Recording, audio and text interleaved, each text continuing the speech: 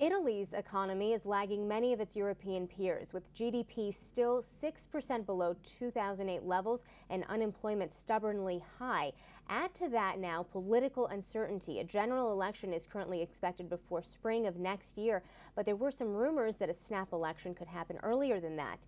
In an exclusive interview with Bloomberg TV Canada, I asked Italian President Sergio Mattarella when he thinks voters will head to the polls. La scadenza naturale della legislatura è... Well, the natural end for the legislation is in February 2018. Therefore, the foreseeable date would be between the months of February and early spring. Of course, in any democracy, there may be the conditions for early elections, but for the time being, we have no such signals.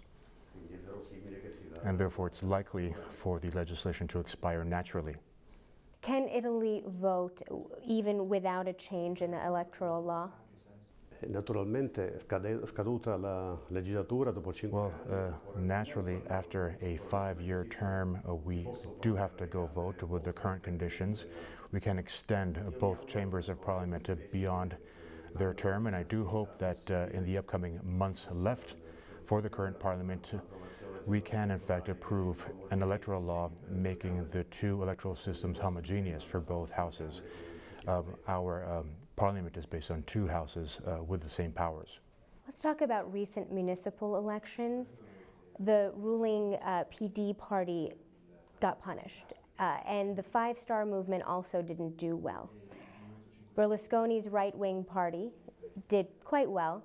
What do you make of that?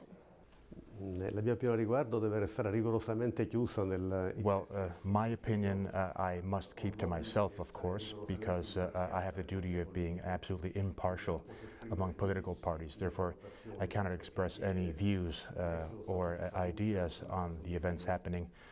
I can express my views on the health or the strength of the various political parties. I cannot assess, I cannot evaluate the political results, the electoral results. I cannot make any forecast. That is not a part of what my duties are from the constitutional standpoint.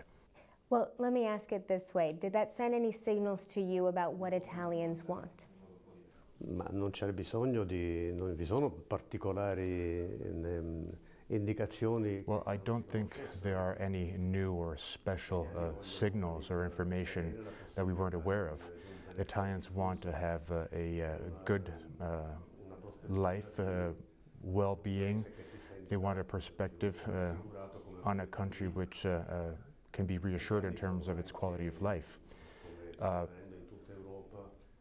As we're seeing throughout Europe, in fact, Italians too are convinced of enhancing the European Union. That is in line, of course, with the expectations of all European citizens. So then do you see populist movements weakening, not just in Italy, but across Europe? Vede, io merito una considerazione generale, di fondo. Well, just generally speaking, and this has nothing to do with single or individual political parties or movements. About a year ago, Great Britain decided to leave the European Union after almost 50 years. This was a decision that all other European countries regret very much, including Italy. Great Britain is an ally, a NATO ally, of course. It is a friendly nation and it will continue to be so. But this small shock, this event which we regret, brought about a new awareness in the European public opinion on the historical importance of the European Union. This is something which we have seen clearly in the elections we've had in Europe in recent months. In Austria, a president of the Republic was elected unexpectedly, as a matter of fact. He is a pro-European president. In Holland, the Prime Minister's political party was also pro-European. In France, President Macron was elected following a very pro-European electoral campaign, and now he has also obtained an absolute majority in parliament. And even in September, with the elections in Germany, both of the pro-European parties, the CDU and the Social Democrats, are expected to obtain a vast majority of the parliament. It's almost as if Europe, following the shock brought about by Brexit, has a new awareness on the importance of European integration amongst its citizens. And this is no surprise, in fact. Europe isn't just the sum of rules or interests. Europe is, in fact, a historical perspective. It is a set of values. Our youth travel freely from Sicily all the way up to the north of Sweden, from Portugal to Poland and the Baltic states.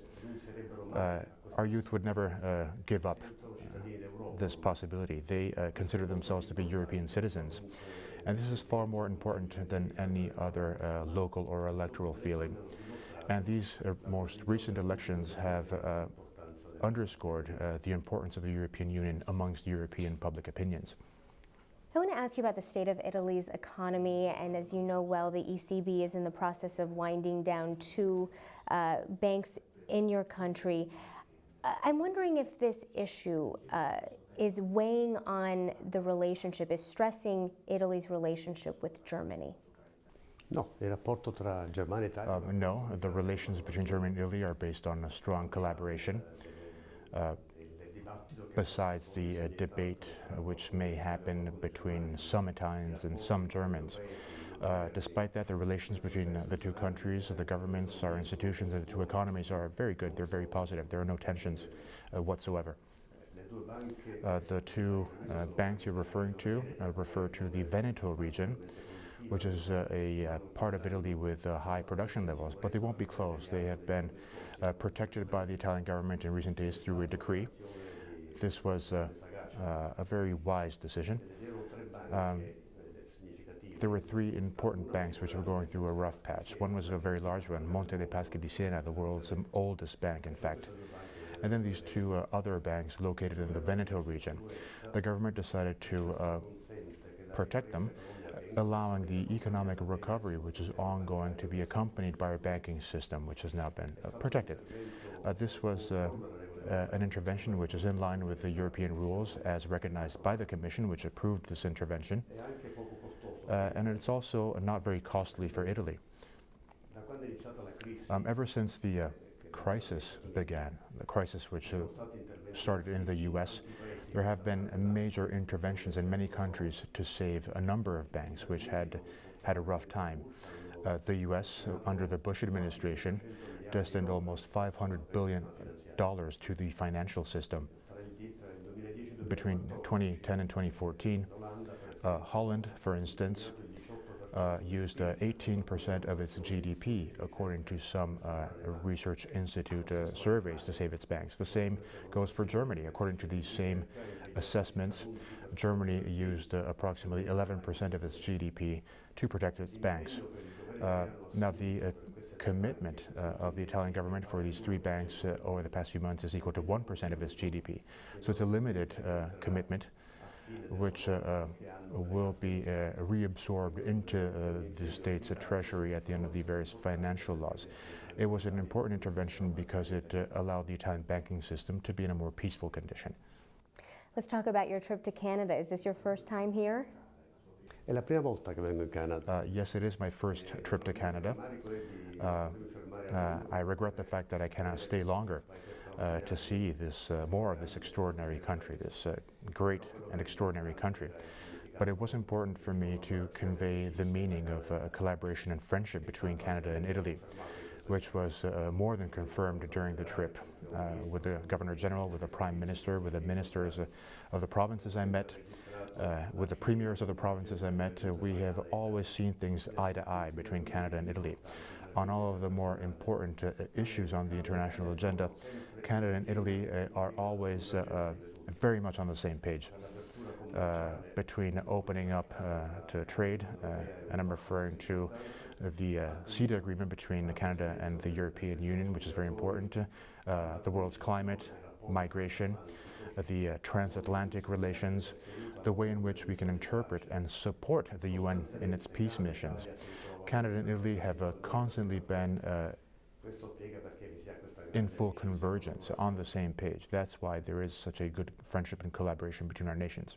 The U.S. is currently Italy's third largest trading partner. As we have CETA coming online and as we see more and more protectionism coming from the United States, from President Trump there, do you see Canada playing a more significant role in trade with Italy? Guardi, il Canada è molto importante. Well, Canada is very important regardless of our trade relations.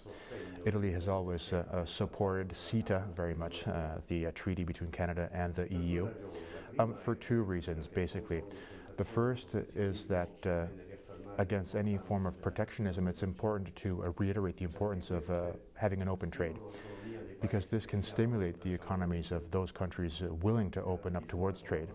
They guarantee collaboration, stability, and peace on the international level. Furthermore, the treaty is a modern treaty. It's a very ambitious one, and it will be a huge advantage to Canada's economy and to the EU's economy and all the countries which make up the EU, because it allows for free, transparent, and fair trade between two of the world's major areas.